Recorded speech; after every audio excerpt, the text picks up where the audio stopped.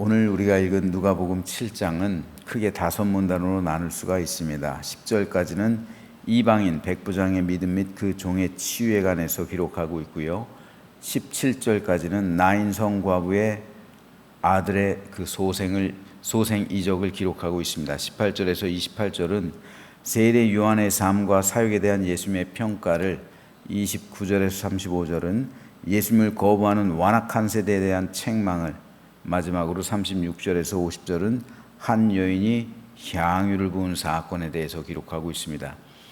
오늘은 이 가운데서 예수님께서 칭찬하신 이방인 백부장의 믿음이 기록된 1절에서 10절에 대해서 잠시 살펴보려고 하는데, 이 가운데 4절과 9절 말씀을 읽어보겠습니다. 이에 그들이 예수께 나와 간절히 구하여 이르되 이 일을 행하는 것이 이 사람에게는 합당하니이다. 9절은 예수께서 들으시고 그를 놀랍게 여겨 돌이키사 따르는 무리에게 이르시되 내가 너에게 이르노니 이스라엘 중에서도 이만한 믿음은 만나보지 못하였노라 하시더라. 오늘 본문에 등장하는 주인공은 가버나움에 주둔하고 있었던 로마 군대의 백부장이었습니다. 즉 가버나움에 파견되었던 로마군의 수장이에요. 가버나움엔 로마의 세관이 있었죠. 그러니까 그 세관에서 그 징집한 세금을 가지고 갈 수 있는 군대를 파견했죠. 그리고 그 가버나움 지역의 치안을 유지하고, 그리고 이때 당시는 유대가 로마의 속주였기 때문에, 식민지였기 때문에 그곳을 관할할 총독, 가버나움의 총독이나 마찬가지죠. 총독으로서 이 백부장을 파견한 겁니다. 그러므로 가버나움에서는 사실상 가장 위에 있는 권세가 이 백부장이에요.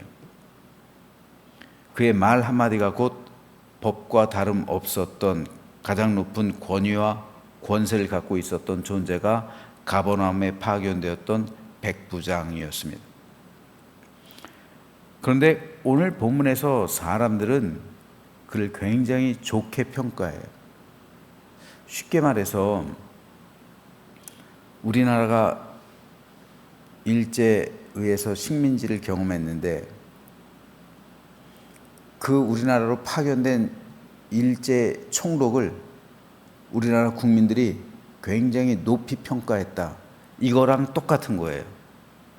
이러기가 쉽습니까?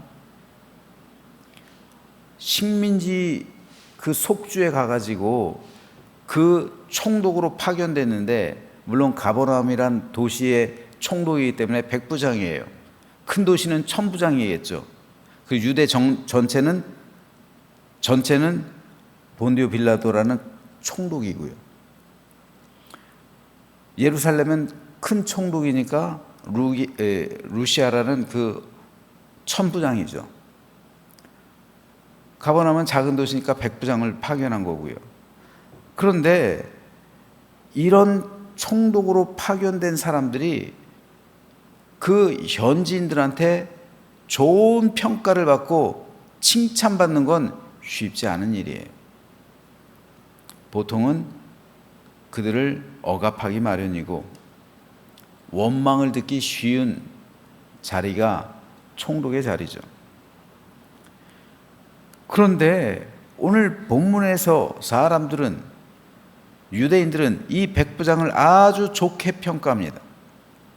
그래서 그가 곤란한 일을 당했을 때 이방인과 상종하지 않던 유대인들이 나서서 예수님에게 도리어 그를 좀 도와주시면 안 되겠냐 부탁까지 하고 있어요. 그렇다면 왜 유대인들은 이방인이잖아요, 백부장, 그리고 자기를 압제하는 존재잖아요, 자기들의 세금을, 물론 세리들이 뜯어내지만 그 세금을 관리하고 로마로 환송하는 업무를 담당하고 있는 사람이잖아요. 왜 그를 존귀 여기며 왜 그를 존중히 여겼을까요? 여기에는 4가지 중요한 이유가 있습니다. 첫째로는 유대인들의 말에 의하면 그는 유대인들을 위해서 회당을 지어주었어요. 회당이면 오늘날로 말하면은 우리 교회를 지어줬단 말입니다. 그리고 이 가버나움에서 예배처가 없으니까 예배할 수 있는 이 교회를 지어주었다라는 거예요. 회당을 지어준 것, 그것으로 봐서 그를 경건한 이방인으로 보는 학자들이 많습니다. 즉 하나님을 믿기는 하는데 아직 할례를 받지 않아서 정식 유대교인이 되지 못한 상태의 이방인을 가리켜 경건한 이방인이라고 불러요. 그래서 이 사람들은 이방인의 뜰에 가서 하나님을 예배할 수 있어요. 오늘 본문의 백부장이 경건한 이방인이었을 가능성이 높습니다. 둘째로, 그러니까 이 백성들이 그를 칭찬했던 거예요. 그런 유대교인입니다. 쉽게 말해서요. 그래서 회당을 지어줬습니다. 아직 할례를 받지는 않았지만요. 둘째로, 그 백부장은 자기 권세를 가지고 사람들을 압제하는 데 사용하지 않고 사람들을 오히려 도와주는 데 썼어요. 권력을 가지고, 여러분, 국민이 정치인에게 권력을 위임해 준 거잖아요. 그렇잖아요. 투표라는 건 위임이잖아요. 우리나라를 잘 살게 해 주십시오. 우리나라를 평안하게 해 주십시오. 이 나라, 이 민족이 흥하게 해 주십시오. 이거를 위임한 거예요, 권력을. 여러분, 북한은 어때요? 조선민주주의 인민공화국. 그렇죠. 그게 정식 호칭이에요. 근데 거기 민주가 있습니까? 인민공화국이라고 하잖아요. 여러분, 여기서 말하는 인민이 뭔지 아세요? 공산당이에요. 온 백성, 북한 백성 전체 공화국이 아니라 공산당원의 공화국이라는 거예요. 중국도 마찬가지예요. 여긴 백성들이 그들에게 위임을 해주지 않았어요. 공산당이 위임해줬어요? 위임해주지 않았죠. 언제 위임해줬어요? 투표를 안 하는데. 그러니까 공산당은 안 되는 거예요. 백성들이 위임해준 권위가 아니란 말입니다. 그거는 인민공화국, 다시 말해서 공산당들의 공화국이라는 거예요. 자기들끼리. 그러니까 공산당원이 되지 않으면 거긴 출세할 수도 없고 잘 먹고 잘 살 수도 없는 거예요. 나머지 백성들은 쫄쫄 굶는 거예요. 근데 우리나라는 위임해 줬잖아요. 민주주의니까. 근데 이 위임해 준 권력을 가지고 정치인들이 잘하느냐 말이에요.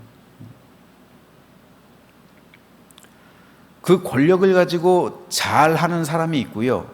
그 권력을 엉뚱한 데 쓰는 사람이 있어요. 옛날은 더했죠, 옛날은. 하지만 이 백부장은 자기에게 주어진 권력을 사람들을 돕는 데 썼다고요. 꽃을, 한 송이 꽃을 꺾는 자유가 아니라 백범 김구의 말처럼 한 송이 꽃을 심는 자유. 이 권력을 백부장이 그렇게 행사했다는 거예요.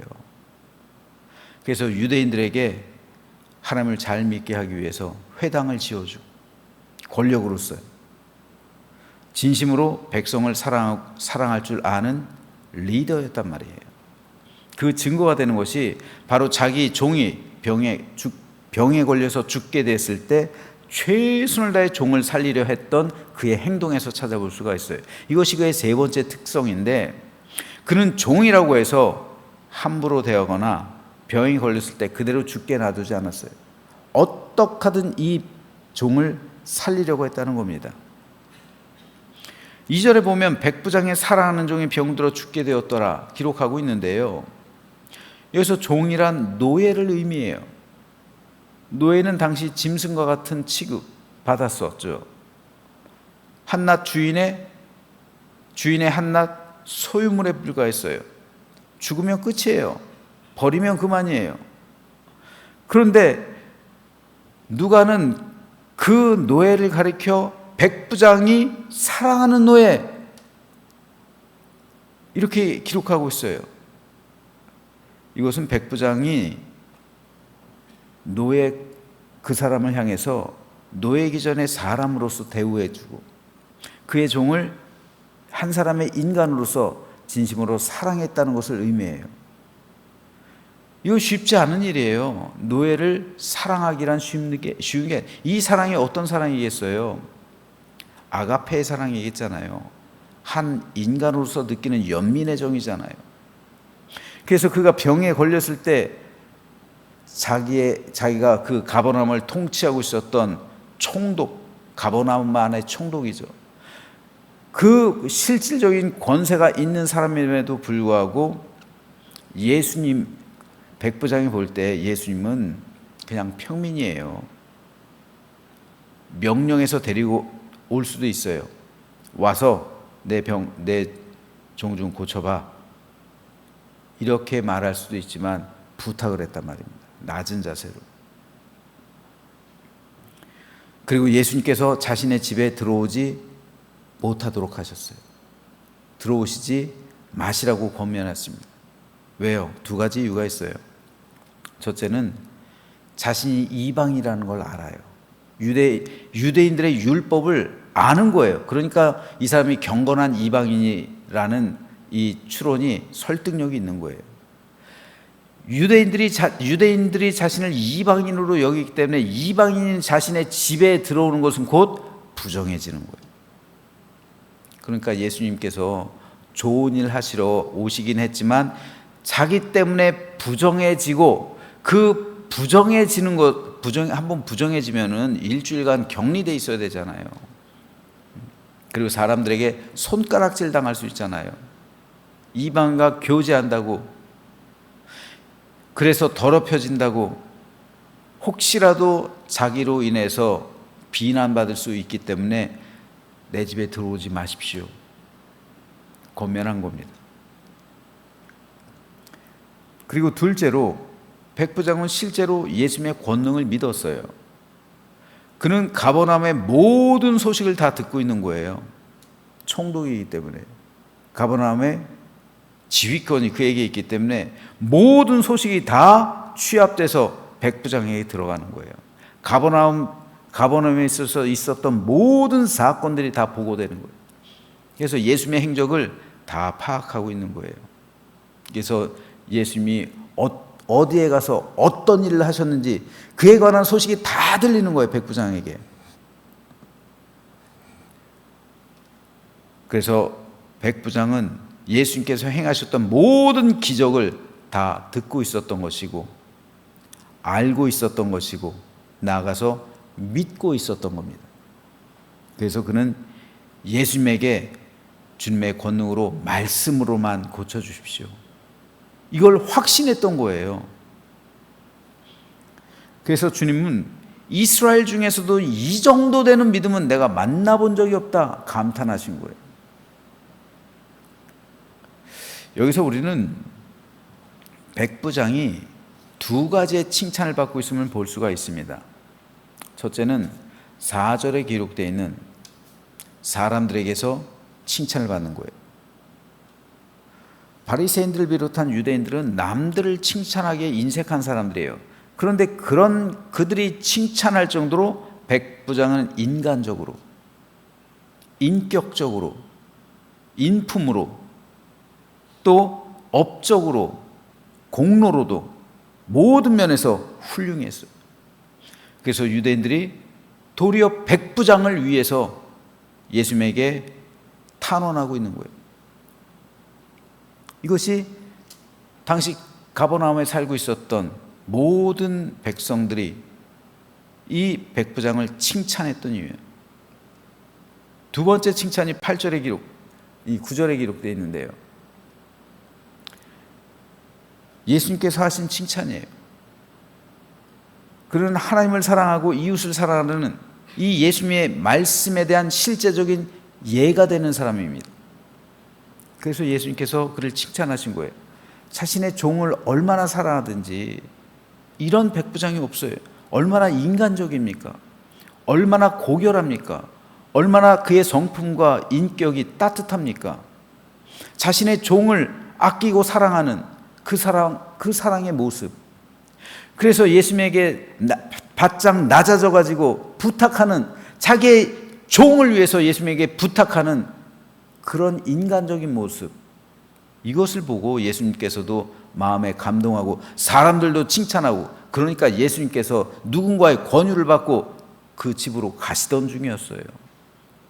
그런데 백부장은 또 거기서 예수님을 배려해 가지고 저랑 접촉하지 마십시오. 혹시 누가 될까 합니다. 그러니까 예수님께서 감탄하신 거예요. 그러면서 칭찬하신 겁니다. 근데 바로 이거예요. 우리가 어떻게 하나님의 복음을 세상에 온전하게 전하면서 빛과 소금이 되어 영향력 있는 삶을 살아갈 수 있을까요? 내가 전하는 복음이 어떻게 생명의 향기가 될 수 있을까요? 이겁니다. 사람과 하나님에게 인정받고 칭찬받으면 되는 거예요. 하나님에게 인정받는다는 것, 하나님께 칭찬받는 것, 이건 너무나 소중합니다. 그런데 그에 못지않게 사람에게서 인정받고 칭찬받는 것도 중요해요. 그리스도인은 이 두 가지가 다 돼야 돼요.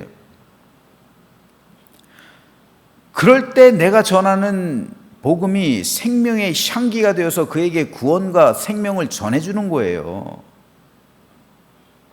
여러분, 놀라운 사실이 뭔지 아세요? 또 두려운 사실이 뭔지 아십니까? 내가 진짜 그리스도인인지 아닌지는 세상 사람이 먼저 알아요. 우리는 잘 몰라요. 우리 안에 있기 때문에. 그런데 우리가 밖에 나가서 생활할 때 사람들이 아는 거예요. 아, 이 사람 진짜다. 아, 이 사람 가짜네. 사람들이 판단하는 거예요, 그걸. 예수님이 그리스도인 것 귀신이 알았잖아요. 마찬가지로 우리가 참 성도인지 아닌지는 세상 사람이 아는 거예요. 진짜 좋은 성도는요, 그렇기 때문에 세상 사람에게 인정받고 칭찬받는 사람이에요. 세상 사람에게 인정받지 못하고 손가락질 당하고 비난받는 사람이 복음을 전한다고 생각해 보세요. 그 복음 받아들이겠어요? 그 복음은 사망을 가져오고 죽음의 냄새를 퍼뜨리는 거예요. 누가 그 복음을 받아들이고 교회 다니겠습니까? 그렇기 때문에 그는 세상 사람으로 하여금 도리어 복음을 거부하게 만드는 거예요. 그래서 결국 한 영혼을 잃어버리게 만드는 겁니다. 그래서 바울은 어떤 사람에게는 복음이 생명의 향기가 되고 어떤 사람에게는 복음이 죽음의 냄새가 된다는 거예요. 중요한 것은 뭡니까? 누가 전하느냐에 따라서 이 복음이 생명의 향기가 될 수도 있는 것이고, 이 복음이 죽음의 냄새, 사망에 이르는 죽음의 냄새가 될 수도 있는 거예요. 누가 전하느냐에 따라서요. 백부장처럼 믿음이 좋은 사람이, 칭찬받는 사람이, 자기가 존경하는 사람이, 인정받는 사람이 복음을 전하면 그건 생명의 향기가 됩니다. 하지만 남들에게 손가락질 당하는 사람이, 세상에서 비난받는 사람이 복음을 전하면 그건 사람들에게 사망에 이르는 죽음의 냄새가 되는 거예요. 따라서 누가 그 복음을 전하느냐가 중요한 거예요. 그러므로 저는 저와 여러분 모두가 하나님과 사람에게 인정받고 칭찬받는 믿음의 백성이 되기를 주님의 이름으로 축복합니다. 이거 굉장히 중요한 거예요. 그리스도인의 삶은요, 교회에서의 삶과 세상에서의 삶이 분리되면 안 되는 거예요. 일치돼야 되는 거예요.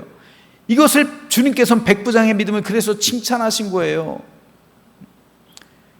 교회에서의 믿음과 교회에서 살아가는 삶과 가정에서 살아가는 삶과 직장에서 살아가는 삶과 세상에서 살아가는 삶이 분리되어 있고 다르다면, 이 표리 부동하라면, 겉과 속이 다르다면 그게 위선이에요. 그게 그토록 주님께서 비난하시고 책망하셨던 위선자의 모습이란 말입니다. 연기하지 말라는 거예요. 연극하지 말라는 겁니다. 삶이 달라지면 안 되는 거예요.